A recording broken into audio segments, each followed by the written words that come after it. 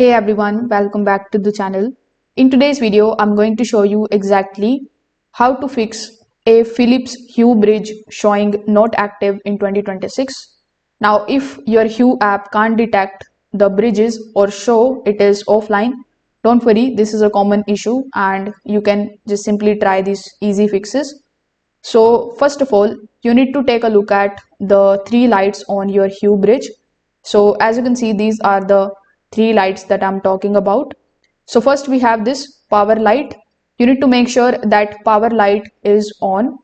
You need to make sure that the network light is on and the internet light is also on. If the third light is off, your bridge is not connected to the internet.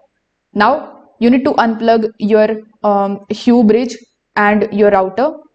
Then you need to simply wait for 30 seconds and then you need to turn the router on first. After that, when it fully starts, you need to plug the bridge back in. This is also going to fix the not active issue very easily. Now you need to also make sure that the Ethernet cable is properly connected to both the bridge and the router. You can try a different port or cable if it is needed.